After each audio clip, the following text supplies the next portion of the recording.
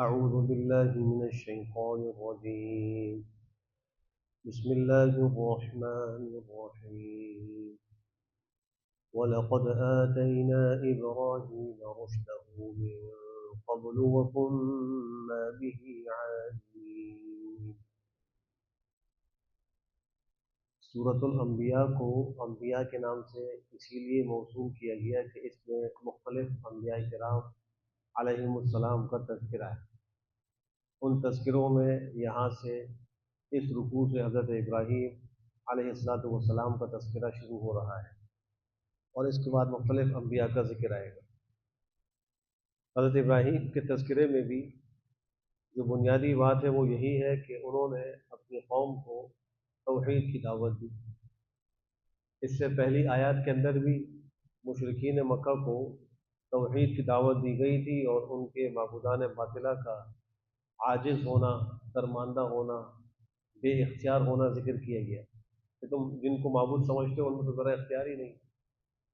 حالانکہ معبود تو وہ ہوتا ہے کہ جو مختار کل ہو، ہر چیز پر قادر ہو۔ اسی آیت نمبر 43 میں فرمایا تھا، کیا ان کے الہ ہے جو ان کو ہمارے سوا بچاتے ہوں؟ وہ اپنے آپ کی مدد کرنے کی طاقت نہیں رکھتے، اور نہ ہماری طرف سے ان کی کوئی رفاقت کی جائے گی، ساتھ دیا جائے گا۔ تو اس کا ذکر پیچھے آ چکا ہے کہ جن بتوں کو مشرکین اپنا معبود سمجھے ہوئے ہیں وہ تو حقیر اور بالکل بے اختیار ہے۔ حضرت ابراہیم علیہ السلام نے بھی اس قصے کے اندر اپنی قوم کو یہی بات ظاہر کی کہ تم جن بتوں کے پیچھے پڑے ہوئے ہو، جن سے تم چمٹ کے بیٹھے ہوئے ہو، وہ بت تو اپنی مدد بھی نہیں کر سکتے، اور نفع اور نقصان کا کوئی اختیار ان کے پاس نہیں ہے، تو وہ کیسے معبود ہو سکتا ہے؟ فرمایا کہ تحقیق ہم نے ابراہیم کو ان کی سمجھ عطا کی اس سے پہلے، اور ہم ان کے بارے میں خوب جاننے والے ہیں، علم رکھنے والے ہیں۔ اللہ سبحانہ و تعالیٰ نے حضرت ابراہیم علیہ السلام کو بچپن ہی سے ایک خاص رشد و ہدایت، اور ان کو ایک خاص اللہ نے سمجھ اور فہم کی دولت سے نوازا تھا، اسی کا ذکر اس آیت میں ہے۔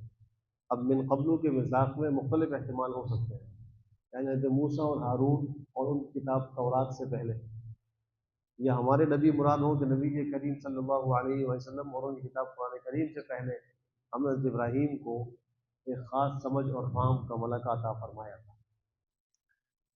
علماء نے لکھا ہے کہ انبیاء میں سب سے اونچا مرتبہ جناب نبی کریم صلی اللہ علیہ وآلہ وسلم کا ہے، بلکہ ساری ہی مخلوق میں اللہ کے سب سے برگزیدہ اور افضل بندے حضرت نبی کریم صلی اللہ علیہ وسلم، اور پھر انبیاء میں آپ کے پاس جن کا مرتبہ ہے وہ حضرت ابراہیم علیہ السلام۔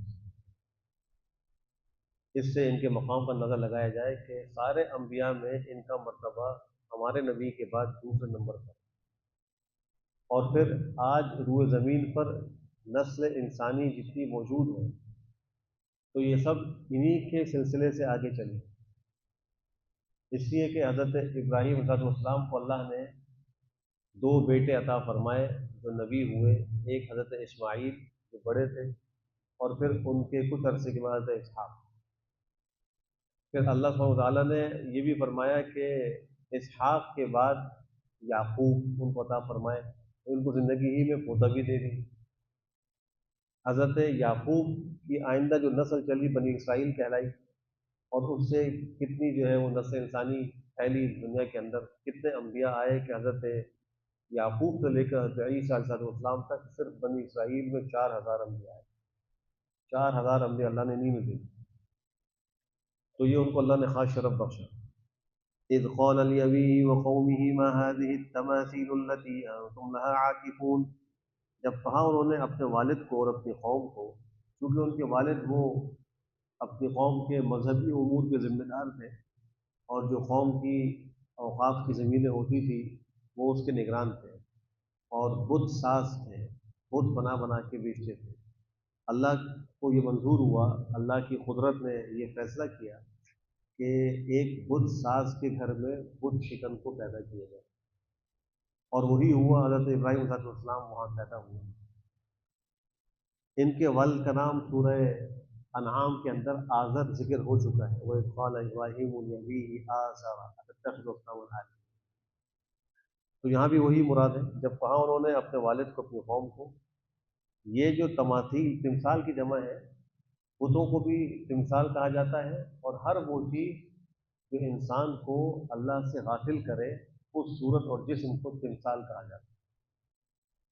تو بت پرست جو ہے وہ بتوں کو اپنے سامنے معبود بنا کے رکھتے ہیں، ان کی بات کرتے ہیں، اور مقصود تک یہ بت ان کو پہنچ نہیں دیتے، تو رکاوٹ بن جاتی ہے، اور یہ بت پرستوں کو غافل رکھتے ہیں مقصد سے اور حقیقی معبود سے، اس لیے ان کو تمثال کہا جاتا ہے۔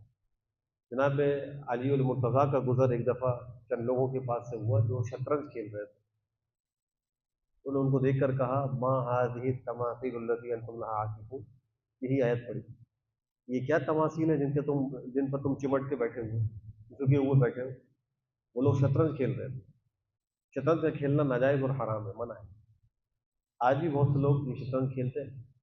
اس کے علاوہ بہت سے گیم اب آ گئے ہیں وقت ضائع کرنے کے لیے، اچھے خاصے بڑے اور سفید ریش لوگ بھی وہ لوڈو اور کیرم اور ڈبو پتہ نہیں کیا کیا اس کے اندر اپنا وقت ضائع کر رہے ہیں، اور جو نوجوان ہیں وہ تو آج کل جو جدید گیم آ چکے ہیں موبائلز کے اندر، کمپیوٹر اور لیپ ٹاپ وغیرہ پر، وہ اس میں لگے ہوئے ہیں۔ کوئی پب جی کھیل رہا ہے، پب جی کا کھیلنا ناجائز اور حرام ہے، علماء نے اس کو ناجائز ذکر کیا۔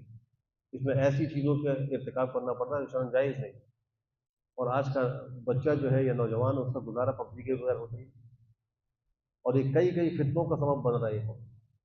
ایک خاندان کو میں جانتا ہوں، اس کے سربراہ کا انتقال ہو چکا، وہ خاندان صرف پب جی گیم کی وجہ سے برباد ہو گیا۔ بیوی نے شوہر سے طلاق لے لی، کہیں اور شادی کر لی، بیٹی نے کہیں اور شادی کر لی، باپ کو گھر سے نکال دیا، اور وہ قصبہ پرسی کی حالت میں اس کا انتقال ہو گیا، اور اس کا سبب کیا تھا؟ یہی پب جی گیم۔ تو یہ ساری وہ چیزیں جو انسان کو مقصد سے غافل کریں تمثال ہے۔ حضرت علی کہہ رہے ہیں کہ ما هذه التماثيل التي انتم لها عاکفون، یہ کیا تماثیل ہیں، یہ کیا صورت ہیں، مجسمے ہیں جن کے اوپر تم چمٹے بیٹھے ہو، جھکے بیٹھے ہو۔ تو چاہیے تو یہ تھا کہ ان کی قوم کوئی دلیل سے بات کرتی، حضرت ابراہیم کو جواب دیتی دلیل سے۔ انہوں نے کیا کہا؟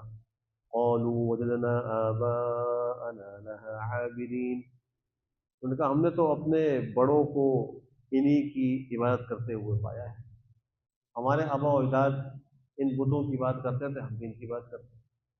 اب ایک عقلمند آدمی سمجھ سکتا ہے کہ یہ کوئی دلیل نہیں کہ ہمارے بڑے ایسا کرتے تھے ہم بھی ایسے ہی کریں۔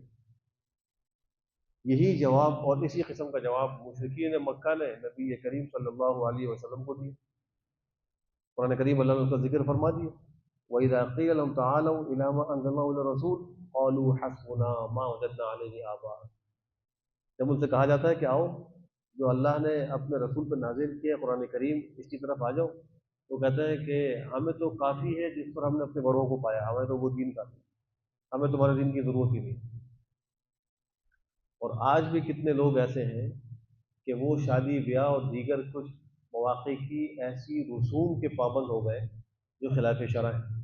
جب ان کو کہا جاتا ہے کہ یہ مت کرو، یہ صحیح نہیں ہے، یہ بدعت ہے اور یہ اسلام میں ثابت نہیں ہے، تو جواب میں وہ کہتے ہیں کہ ہم تو اپنے بڑوں کو اس طرح کرتے ہوئے دیکھ رہے ہیں، تو ہمارے خاندان میں تو روایت چلی آ رہی ہے، آپ آج آ کے ہمیں کہہ رہے ہو کہ یہ صحیح نہیں۔ تو ان کا جواب بھی یہ ہوتا ہے کہ ہمارے بڑوں نے ایسا کیا، ہم بھی ایسے ہی کریں، حالانکہ یہ کوئی دلیل نہیں ہے، اور یہ کوئی ایک عذر خواہی نہیں ہے کہ انسان اپنے اس برے عمل کے لیے اس کو عذر بنا لے اور کہے کہ بس جو ہمارے بڑوں نے کیا وہ ٹھیک ہے۔ ہاں جب وہ بڑے دلیل کے ساتھ کوئی صحیح کام کرتے ہوں تو ان کی پیروی کرنا یہ ٹھیک ہے، اگر وہ بڑے کسی خلاف شرع امور کے مرتکب ہوں تو ان کی اندھی تقلید یہ جائز ہے۔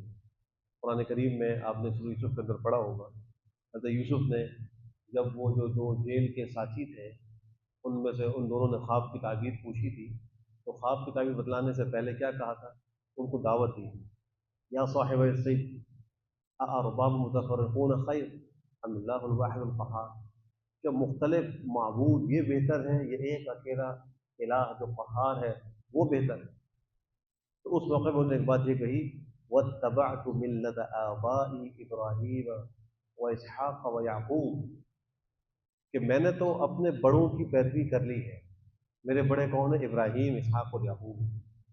اب چونکہ ان کے بڑے اللہ کے اولو العزم نبی تھے، حق کے اوپر قائم تھے، اللہ کے مطیع بندے تھے، تو وہاں پر بڑوں کی اتباع قابل فخر ہے اور آپ کو کرنا چاہیے۔ لیکن جہاں خاندان کے بڑے وہ حق پر نہ ہوں، غلط طریقوں پر ہوں، تو پھر وہاں یہ کہنا کہ ہم نے بڑوں کو اس طرح کرتے ہوئے پایا ہے، یہ طریقہ مشرکین کا ہے، یہ دشمنان دین اور حق کے خلاف کھڑے ہونے والوں کا طریقہ ہے۔ جیسے کہ حضرت ابراہیم کی قوم ان کے سامنے کھڑے ہو کر کہہ رہی ہے وجدنا آباءنا لہا عابدین، مشرکین مکہ نے ہمارے پیغمبر کے سامنے کھڑے ہو کر کہا تھا حسبنا ما وجدنا علیہ آباءنا، یہ طریقہ ٹھیک اور مناسب نہیں۔ قال لقد كنتم انتم وآباؤكم في ضلال مبين، حضرت ابراہیم نے ان کو سمجھایا اور کہا بلا شبہ تم اور تمہارے بڑے کھلی گمراہی میں، تم تو بڑی کھلی اور صاف واضح گمراہی میں پڑے ہوئے ہو۔ اب قوم کہتی ہے قالوا اجئتنا بالحق ام انت من اللاعبین، کہ تم ہمارے پاس حق لے کر آئے ہو کہ تم کوئی کھیل تماشا کرنے والوں میں سے، تم کوئی حق لے کر آئے ہو، کوئی دلیل لے کر آئے ہو، کہ تم کوئی ایسی چیز لائے ہو کہ تم حق کہہ سکیں، کہ تم ہم سے ایسے ہی مذاق کر رہے ہو، کھیل تماشا کر رہے ہو۔ قال بل ربكم رب السماوات والأرض الذي فطرهن وأنا على ذلك من الشاهدين، حضرت ابراہیم نے فرمایا بلکہ تمہارا پروردگار آسمان و زمین کا رب ہے، وہ جس نے ان کو پیدا کیا، اور میں اس پر گواہی دینے والوں میں، میں بھی اس پر گواہ ہوں کہ تمہارا میرا پروردگار آسمان زمین کا پیدا کرنے والا ہے، وہی ہمارا بھی رب ہے، تمہارا بھی رب ہے۔ وَتَاللَّهِ لَأَكِيدَنَّ أَصْنَامَكُمْ بَعْدَ أَن تُوَلُّوا مُدْبِرِينَ، اور خدا کی قسم میں تمہارے بتوں کے ساتھ ایک چال چلوں گا اس کے بعد کہ تم پیٹ پھیر کے چلے جاؤ گے۔ یہ بات انہوں نے آہستہ سے کہی، قوم کو نہیں سنایا، اور بعض نے شاید سنی، بعض نے نہیں سنی، لیکن یہ بات حضرت ابراہیم ہم نے کر دی کہ اس وقت تو تم مجھے اپنے بتوں سے ڈرا رہے ہو یا تم میری بات قبول نہیں کر رہے، تمہارے جانے کے بعد میں تمہارے بتوں کا علاج کروں گا، ایک تدبیر کروں گا، تم دیکھ لو۔ اور ان کا مقصد یہ تھا کہ جب یہ میری قوم کے لوگ کوئی عرس اور جشن ان کا ہوتا تھا، اس میں جاتے تھے تو سارے لوگ نکل جایا کرتے ہیں، وہاں سے جب نکل جائیں گے تو میں جا کر ان کے بتوں کو توڑ دوں گا۔ پورے صوفات میں آ رہا ہے کہ قوم کے لوگوں نے ان کو بھی اپنے ساتھ اس جشن میں چلنے کی دعوت دی، تو ہمارے ساتھ چل، تو انہوں نے کہا کہ انی سقیم، میں تو بیمار ہوں، میری طبیعت ناساز ہے، ساتھ نہیں جا سکتا، یہ کہہ کر انہوں نے معذرت کر لی اور رک گئے، کیونکہ ان کا مقصد یہ تھا کہ میں ان کو ذرا سبق سکھاؤں اور ان کے بتوں کا ذرا علاج کروں۔ اس کے بعد وہ جب چلے گئے تو حضرت ابراہیم ایک کلہاڑی لے کر ان کے بت خانے میں گئے، دیکھا کہ ہر بت کے آگے کھانے پینے کی چیزیں پڑی ہوئی ہیں، جیسا کہ عام طور پر رواج ہے کہ وہ نظر اور نیاز جو ہے وہ چڑھاتے ہیں، مشرکین مکہ بھی جو ہے وہ رکھا کرتے تھے مٹھائیاں اور دیگر چیزیں، تو ان کی قوم نے بھی ایسے ہی رکھا ہوا تھا۔ اب وہ تو پتھر کے بت ہیں، مورتیاں ہیں، بے جان ہیں، وہ کیا ان کو کھاتے ہیں؟ تو حضرت ابراہیم جا کے انہوں نے خطاب کیا اللہ تاکلون، تم کھاتے کیوں نہیں؟ قرآن کریم نے ان کی باتوں کو ذکر کیا ما لکم لا تنطقون، تم ہوتا کہ تم بولتے کیوں نہیں؟ نہ تم کھاتے ہو نہ بولتے ہو، تم ہو کیسے رب؟ اس کے بعد میں کلاڑی لے کر ان بتوں کو توڑنا شروع کیا، توڑتے توڑتے سب بتوں کو توڑ دیا، ایک جو بڑا بت تھا، مرکزی بت تھا، اس کو چھوڑ دیا اور اس کے کندھے پر کلاڑی کو لٹکا دیا۔ اللہ فرما رہے وَجَعَلَهُمْ جُذَاذًا إِلَّا كَبِيرًا لَهُمْ لَعَلَّهُمْ إِلَيْهِ يَرْجِعُونَ، اور حضرت ابراہیم نے ان کو ٹکڑے ٹکڑے کر ڈالا سوائے بڑے کو، ان کا جو بڑا بت تھا اس کو چھوڑ دیا تاکہ وہ اس کی طرف لوٹ کر آئیں، جب وہ آئیں گے یہ تماشا دیکھیں گے تو وہ اپنے بڑے اس بت کے پاس جا کر اس سے پوچھیں گے، اور چونکہ اس معبود سمجھ رہے بھائی یہ کیا ہو گیا، کس نے کر دیا۔ جب ان کی قوم آئی اور آ کر بت خانے میں دیکھا کہ کھانا تو ایسے ہی پڑا ہوا ہے اور بتوں کا تو حال خراب ہو چکا ہے، اور ایک بڑا بت پورا موجود ہے، کھڑا ہوا ہے، قالوا من فعل هذا بآلهتنا إنه لمن الظالمين، وہ بولے کون ہے جس نے یہ کیا ہمارے معبودوں کے ساتھ؟ بے شک وہ تو بڑا ظالم ہے، ظالموں میں سے ایک، اس نے یہ کام کیا۔ قالوا سمعنا فتى يذكرهم يقال له ابراہیم، اور خود ہی بولے کہ ہم نے ایک نوجوان کو سنا ہے کہ وہ ہمارے ان بتوں کا ذکر کر رہا تھا جس کو ابراہیم کہا جاتا ہے۔ قالوا فأتوا به على أعين الناس لعلهم يشهدون، وہ بولے کہ لیاؤ اس کو سب لوگوں کے سامنے تاکہ وہ اس کے بارے میں جان سکیں، اس کو دیکھ لیں، گواہی دے سکیں کون ہے جس نے حرکت کی۔ اب جب ان کو لے کر آ گئے سب کے سامنے، ساری پنچایت بیٹھ گئی، قوم بیٹھ گئی، حضرت ابراہیم کو لایا گیا۔ قالوا أأنت فعلت هذا بآلهتنا يا إبراهيم، انہوں نے کہا کیا تم نے کیا یہ ہمارے معبودوں کے ساتھ ہے ابراہیم؟ قال بل فعله كبيرهم هذا فاسألوهم إن كانوا ينطقون، ان کا نہیں بلکہ ان میں جو سب سے بڑا ہے اسی نے کیا ہوگا، میرا خیال ہے کہ جو بڑا ہے اسی نے حرکت کی ہوگی، کلہاڑی بھی اسی کے پاس رکھی ہوئی ہے اور وہ زندہ سلامت بچے ہوئے، باقی سارے ٹوٹ گئے، اسی نے کیا ہوگا، تم ان سے ذرا پوچھ لو اگر یہ بولتے ہو، ان سے ذرا پوچھو، ذرا بات کر کے سوال کرو کہ ان بتوں کے ساتھ یہ معاملہ کس نے کیا۔ فرجعوا إلى أنفسهم فقالوا إنكم أنتم الظالمون، بس وہ لوٹے اپنی جانوں کی طرف اور بولے بے شک تم ہی بڑے ظالم ہو۔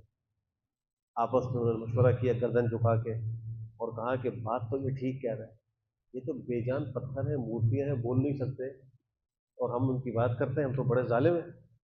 ثم نكسوا على رؤوسهم لقد علمت ما هؤلاء ينطقون، پھر وہ اپنے سروں پر اوندھے کر دیے گئے، یعنی ان کی عقلیں الٹی کر دی گئی، مت ماری گئی، کہنے لگے بلا شبہ ابراہیم تم کو تو معلوم ہے یہ بول نہیں سکتے، تم جانتے ہو کہ بول نہیں سکتے۔ اب تقاضا تو یہ تھا اس بات کا کہ وہ ضد اور عناد کو چھوڑتے، اور دلیل سے ایک بات ثابت ہو گئی کہ بت لاچار ہے، بے بس ہے، ان کو کوئی اختیار نہیں ہے، نفع نقصان کے مالک نہیں ہے، تو ان کو چھوڑ دیتے، توبہ کر لیتے، اکیلے الہ کو جس کی دعوت حضرت ابراہیم دے رہے تھے، رب بت مان لیتے، ایمان لے آتے، لیکن ضد اور عناد کا کوئی علاج نہیں ہے۔ انہوں نے اس کا اقرار بھی کیا کہ لقد علمت ما هؤلاء ينطقون، تم جانتے ہو یہ بات نہیں کر سکتے، بول نہیں سکتے۔ حضرت ابراہیم کو موقع مل گیا، کہا قال افتعبدون من دون الله ما لا ينفعكم شيئا ولا يضركم، کیا تم عبادت کرتے ہو اللہ کے سوا ایسوں کی کہ تم کو نفع نہیں دے سکتے کچھ بھی، نہ نقصان دے سکتے ہیں؟ اف لکم ولما تعبدون من دون اللہ افلا تعقلون، افسوس ہے تم پر، اور جن کی تم عبادت کرتے ہو اللہ کے سوا ان پر بھی افسوس ہے، ہلاکت ان لوگوں کے اوپر ہو کہ تم اتنی بھی عقل نہیں رکھتے کہ جو نفع نقصان کے مالک نہ ہو، جو بول نہ سکتے ہو، کھا نہ سکتے ہو، اور وہ بے جان ہو، وہ کیسے معبود ہو سکتے؟ تمہاری عقلوں پہ پردہ پڑ گیا تم ان کی بات کر۔ ہر زمانے کا جو طاغوت ہے اور جو دین اور حق کا دشمن ہے اس کا مزاج یہی ہوتا ہے کہ اولاً تو دھوس اور دھمکی سے فریق مخالف کو یا اہل حق کو وہ دباتے ہیں کہ یہ بات آ جائے اور یہ بات چھوڑ دیں، لیکن جب وہ دیکھتے ہیں کہ بات ہمارے قابو سے نکل رہی ہے اور لوگوں پہ اس کا اثر ہو رہا ہے اور ہماری جو ہے یہ سب حکومت جا رہی ہے، طاقت ختم ہو جائے گی اگر سلسلہ یہی رہا، تو وہ آخر نتیجہ یہ کرتے ہیں کہ اس کو بس ختم کرو، اس حق بولنے والے کو ہی ختم کر دو تاکہ اس سے صحیح ختم ہو جائے۔ یہ شروع سے چلا آ رہا ہے اور آج بھی ہو رہا ہے کہ جو باطل پرست ہے وہ پہلے اپنے وسائل کو استعمال کر کے حق والوں کو روکنے کی کوشش کرتے ہیں، جب اس پہ ناکام ہوتے ہیں تو کہتے ہیں ان کو راستے سے ہٹا دو، نہ یہ ہوں گے اور نہ کوئی مشکل پڑے گی۔ تو یہی حضرت ابراہیم کی قوم کا حال تھا۔ قالوا حرقوه وانصروا آلهتكم إن كنتم فاعلين، وہ بولے اس کو جلا ڈالو، اس کو آگ میں جلا دو، یہ زندہ رہنے کے قابل نہیں، اور تم اپنے معبودوں کی مدد کرو اگر تم کچھ کرنا ہی چاہتے ہو۔ اگر ذرا سی بھی عقل ہوتی تو اسی بات سے ان کو سمجھ میں آ جانا چاہیے تھا کہ وہ کیسا معبود ہے جس کو اپنے عابدین کی مدد کی حاجت ہے، وہ معبود کیسے ہو سکتا ہے جو محتاج ہو دوسروں کی مدد کا، اور اس کی بات کرنے والے خود کہہ رہے ہیں ذرا اپنے معبودوں کی مدد کرو، یہ بیچارے بہت مشکل میں آ گئے۔ انہوں نے پھر حسین نے لکھا ہے کہ 1 مہینے تک آگ سلگائی، لکڑیاں جمع کی، ان کو جلایا، اور ان کی قوم کے بوڑھے مرد، بوڑھی عورتیں، بیمار، سب اس عمل میں شریک ہوئے۔ بوڑھی عورت بھی جو ہے وہ لکڑی اٹھا کے جا رہی ہے، کسی نے پوچھا بھائی کہاں جا رہی ہو؟ کہا کہہ رہی وہ ابراہیم سے جو آگ چل رہی ہے نا، میں بھی اپنا حصہ اس کو ڈالوں، حالانکہ بستر مرگ پہ پڑی ہوئی ہے، بوڑھے بھی، اور تب جا کے وہ آگ کو ڈھکانے لگے۔ اور لکھا ہے کہ جو چھپکلی ہے یہ بھی اپنی پھونکوں سے اس آگ کو بھڑکانے کا کام کر رہی ہے۔ روایت میں آتا ہے کہ چھپکلی کو کوئی ایک وار میں ایک مار لے تو اس کو 100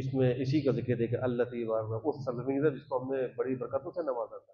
یہ فلسطین کی سرزمین ہے جو سرزمین انبیاء کہلاتی ہے، جہاں آج خون کی ہولی کھیلی جا رہی ہے، جہاں پر آج فلسطینیوں کو ظلم وسلم کو نشانہ بنایا جا رہا ہے. یہ انبیاء کی سرزمین، حضرت ابراہیم کا مسکن، ان کا مہاجر، اور انہوں نے ہجرت وہاں پر کی.